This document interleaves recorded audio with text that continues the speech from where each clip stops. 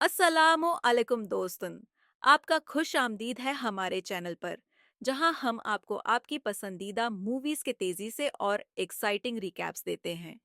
आज हम बात करने जा रहे हैं 1998 की जबरदस्त साइंस फिक्शन एक्शन मूवी अर्मागेडन। एक ऐसी कहानी जिसमें दुनिया खतरे में है और सिर्फ एक टीम ही है जो इसे बचा सकती है। चलिए, बिना वक्त जाया किए शुरू करते हैं। फिल्म की शुरुआत होती है एक तारीखी वाकया से। बताया जाता है कि 61 मिलियन साल पहले एक बड़ा एस्टेरॉइड जमीन से टकरा गया था, जिसने पूरे डायनासोर का खात्मा कर दिया था।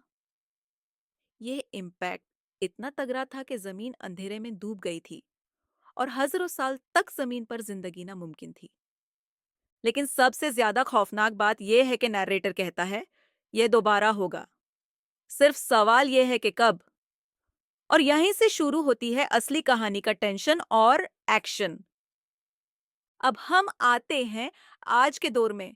स्पेस में एक मिशन हो रहा है जहां एस्ट्रोनॉट पीट शेल्बी एक सैटेलाइट को ठीक कर रहा है, मगर अचानक से कुछ अजीब होता है। एक छोटी मीटियर शॉवर स्पेस शटल से टकरा जाती है, जो शटल को टुकड़े टुकड़े कर देती है। इस हादसे में सब एस्ट्रोनॉट्स की मौत हो जाती है और नासा के लिए यह बहुत बड़ा धचका होता है। हमें मिलते हैं नासा के डैन ट्रूमन से, जो वहां के सेकंड इन कमांड हैं।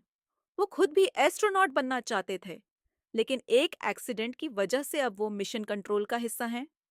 जब उनको ये पता चलता है कि शटल तबाह हो गई है, तो वो बिल्कुल होश और हवास खो देते हैं। नासा ये समझने की कोशिश कर रही है कि आखिर ये क्या हो रहा है, जब उन्हें एक और बड़ी खबर मिलती है। एक बड़ा एस्टेरॉइड जमीन की तरफ आ रहा है। ये एस्टेरॉइड टेक्सास जितना बड़ा है, और अगर ये जमीन से टकरा गया तो दुनिया का खत्मा पक्का है। नासा के साइंटिस्ट जल्दी से प्लान बनाते हैं। उनका प्लान ये है कि वो एक मिशन स्पेस में भेजेंगे जहां एक टीम को एस्ट्रॉयड के ऊपर लैंड करना है और वहां एक न्यूक्लियर बॉम्ब लगाना है जो एस्ट्रॉयड को उड़ा देगा। लेकिन ये काम आसान नहीं है, और यहीं पर हम मिलते हैं हैरी स्टैम्पर से, जो दुनिया का सबसे अच्छा डीप कोर ड्रिलर है।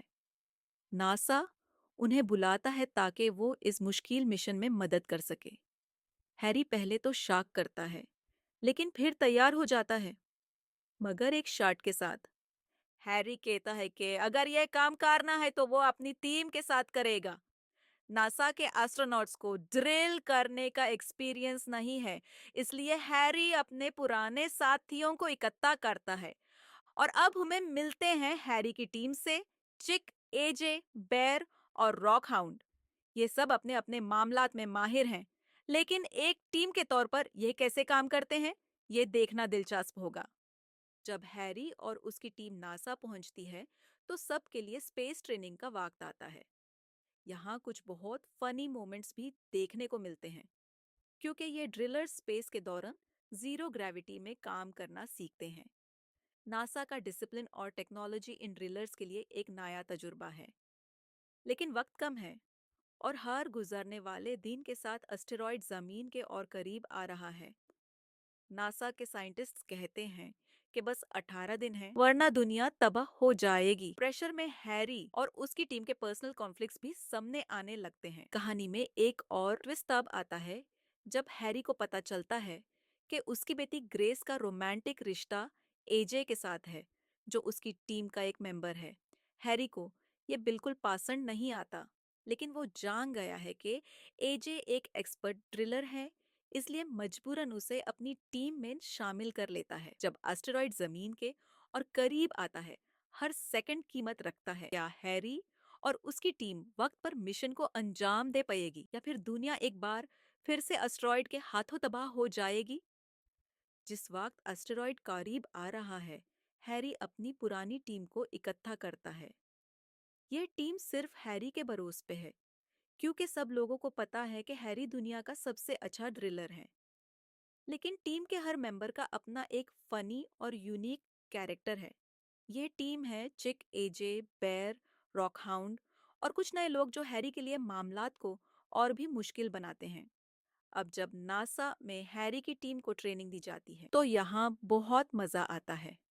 स्पेस का टेक्निकल ट्रेनिंग इन ड्रिलर्स के लिए एक नया और अजीब तजुर्बा है। जीरो ग्रेविटी में काम करना इन लोगों के लिए बिल्कुल नया होता है और इस दौरान बहुत सारे फनी मोमेंट्स होते हैं। नासा के रूल्स और रेगुलेशंस ड्रिलर्स के आदि से बहुत अलग होते हैं। रॉकहाउंड को स्पेस के टेक्निकल एस्पेक्ट्स बिल्कुल समझ नहीं आते और बेयर का तो बस यही कहना होता है कि स्पेस कैसे काम करता है ये तो नासा वाले समझें। हम तो सिर्फ ड्रिलिंग के एक्सपर्ट हैं। लेकिन ट्रेनिंग के दौरान कुछ टेंस मोमेंट्स भी होते हैं। हैरी और एजे के दरमियान और भी फ्रिक्शन बढ़ जाता है क्योंकि हैरी अपनी बेटी ग्रेस के साथ एजे के रिश्ते से खुश नहीं होता। इस वजह से टीम में टेंशन होती है। हैरी का मानना है कि एजे इरिस्पॉन्सिबल है, जबकि एजे अपने आप को साबित करना चाहता है। जैसे जैसे एस्टेरॉइड ज़मीन के करीब आता जा रहा है, वक़्त कम होता जा रहा है। हैरी की टीम को सिर्फ कुछ ही दिन मिले हैं ट्रेनिंग के लिए और फिर उन्हें स्पेस में मिशन के लिए भेजा जाना है। और अब नासा के साइंटिस्ट हर वक्त कैलकुलेशन कर रहे हैं कि एस्ट्रॉइड जमीन से टकराने में कितना वक्त बाकी है। नासा के हेड डन ट्रूमन हर वक्त हैरी को प्रेशर में रखता है कि वो अपनी टीम को मिशन के लिए बिल्कुल तैयार कर ले, वरना दुनिया तबाह हो जाएगी। इसी दौरान दुनिया के मुख्तलिफ शहरों में छोटी मिटियोर्स के शावर्स गिरने लगते हैं जो लोगों को दारा देते हैं कि एक बड़ा एस्ट्रॉइड उनके सर पर आने वाला है। न्यूयॉर्क में एक जबरदस्त मीटियोर शावर होता है जिसमें बहुत सारी बिल्डिंग्स तबाह हो जाती हैं और लोगों में हिफाजती तदबीर लेने का डर और बेचैनी फैल जाता है। दुनिया काफी टेंशन में है और अब वक्त आ गया है कि हैरी और उसकी टीम को स्पेस में भेजा जाए। मिशन के लिए दो स्पेस शटल्स इंडिपेंडेंस और फ्रीडम तैयार की जाती हैं। नासा का प्लान यह है कि अगर एक शटल फेल हो जाए तो दूसरी टीम काम कर सके। दोनों टीम्स को एस्टेरॉइड के सरफेस पर लैंड करना है, वहां ड्रिलिंग करके एक नुके लगाना है और फिर वापस स्पेस शटल्स में बेत कर वापस आना है। लेकिन मिशन की पहली स्टेज ही काफी मुश्किल होती है। स्पेस शटल्स को चलाना और एस्टेरॉइड के पास लाना आसान नहीं होता। जब टीम एस्टेरॉइड के करीब आती है तो एक शटल क्रैश लैंड कर लेती है। यह सिचुएशन और भी खतरनाक हो जाती है क्योंकि यह लोग वहां लैंड नहीं करते जहां उनका प्लान था। अब टीम को अपने स्किल्स और ब्रेवरी का साबित करना है और बहुत मुश्किलात के बाद उन्हें एस्ट्रॉइड पर ड्रिलिंग शुरू करनी पड़ती है। एस्ट्रॉइड के रफ सरफेस पर ड्रिलिंग करना एक इम्पॉसिबल टास्क लगता है, लेकिन हैरी और उसकी टीम के पास और कोई रास्ता नहीं है। ये दौरान कुछ एक्सीडेंट्स भी होते हैं, कुछ लोग इंजरीज भी लेते हैं और इक्विपमेंट भी फेल होती है। हर सेकंड कीमती है क्योंकि अगर ये लोग वक्त पर होले नहीं कर पाए तो दुनिया का खत्मा तय है। और अब हम देखते हैं हैरी और एजे के दरमियान की टेंशन कैसे मिशन को मुश्किल बनाती है। एजे अपने आप को साबित करने की कोशिश करता है जबकि हैरी उस पर भरोसा नहीं कर पाता। लेकिन एक वक्त आता है जब हैरी को एजे पर भरोसा करना पड़ता है क्योंकि सिचुएशन आउट ऑफ कंट्रोल होती जा रही है। टीम के सभी मेंबर्स को अपनी जान पे खेलकर एस्ट्रॉइड के अंदर ड्रिलिंग करनी पड़ती है और हर मोमेंट एक चैलेंज बन जाता है। क्या ये टीम एस्ट्रॉइड को उड़ाने के लिए टाइम पर नुके सेट कर पाएगी या फिर दुनिया का वक्त खत्म होने वाला है? अब तक हैरी और उसकी टीम एस्ट्रॉइड पर पहुंच चुकी है, लेकिन एक शटल क्रैश हो चुकी है। अब टीम को एस्ट्रॉइड के सरफेस पर ड्रिलिंग करनी है, लेकिन सब कुछ प्लान के मुताबिक नहीं हो रहा। टाइम फास्ट खत्म हो रहा है और दुनिया को बचाने का प्रेशर बढ़ रहा है। एस्ट्रॉइड के रफ और डेंजरस सरफेस पर ड्रिलिंग एक जबरदस्त चैलेंज बन चुकी है। हैरी और उसकी टीम को बहुत सारे टेक्निकल प्रॉब्लम्स फेस करने पड़ते हैं। इक्विपमेंट फेल हो रही है और उनके पास बहुत कम वक्त है। एस्ट्रॉइड का साइज इतना बड़ा है कि अगर उन्होंने वक्त पर नुके ब्लास्ट नहीं किया तो दुनिया का खत्मा तय है। हैरी अपनी लीडरशिप के अंडर टीम को मोटिवेट करने की कोशिश करता है।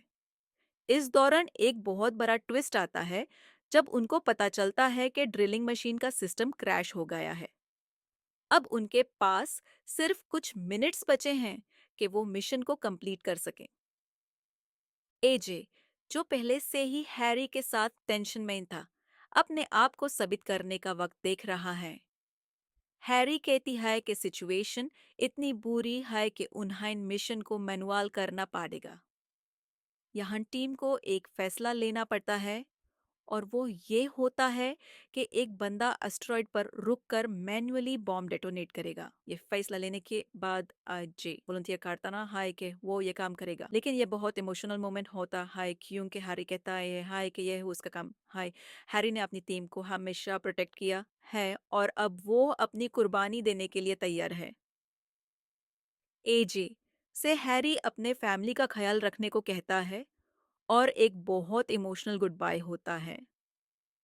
हैरी मैन्युअली बॉम्ब को डेटोनेट करने के लिए एस्टेरॉयड पर रुक जाता है, जबकि बाकी टीम अपनी शटल में बैठकर वापस जाती है। ये सीन बहुत ही इमोशनल और हार्ट टचिंग होता है, जब हैरी अपनी बेटी ग्रेस से रेडियो के जरिए बात करता है और उसे कहता है कि वो हमेशा उसे प्यार करता रहा है। हैरी का अल्टीमेट सैक्रिफाइस मिशन को सक्सेसफुल बनाता है, जब वो बॉम्ब को डेटोनेट करता है। एस्टेरॉयड दो हिस्सों में टूट जाता है और दोनों हिस्सों को जमीन से दूर कर दिया जाता है। दुनिया एक बारा खतरा टाल लेती है, लेकिन इस मिशन में बहुत से लोगों की जान जाती है। मिशन के बाद टीम जमीन पर वापस आती है। उनको हीरोज की तरह वेलकम किया जाता है, लेकिन सब के लिए ये बहुत इमोशनल मोमेंट होता है। हैरी के सैक्रिफाइस के बाद उसकी बेटी ग्रेस और एजे का रियूनियन होता है, और टीम के सब मेंबर्स अपने अपने दोस्तों को याद करते हैं जो मिशन में शहीद हुए। ये कहानी सिर्फ एक एक्शन मूवी नहीं थी, बल्कि एक कहानी थी बहादुरी, कुर्बानी और फैमिली के बारे में। हैरी स्टैम्पर ने अपनी टीम और दुनिया के लिए अपनी जान कुर्बान की, लेकिन उसकी लेगेसी हमेशा जिंदा रहेगी।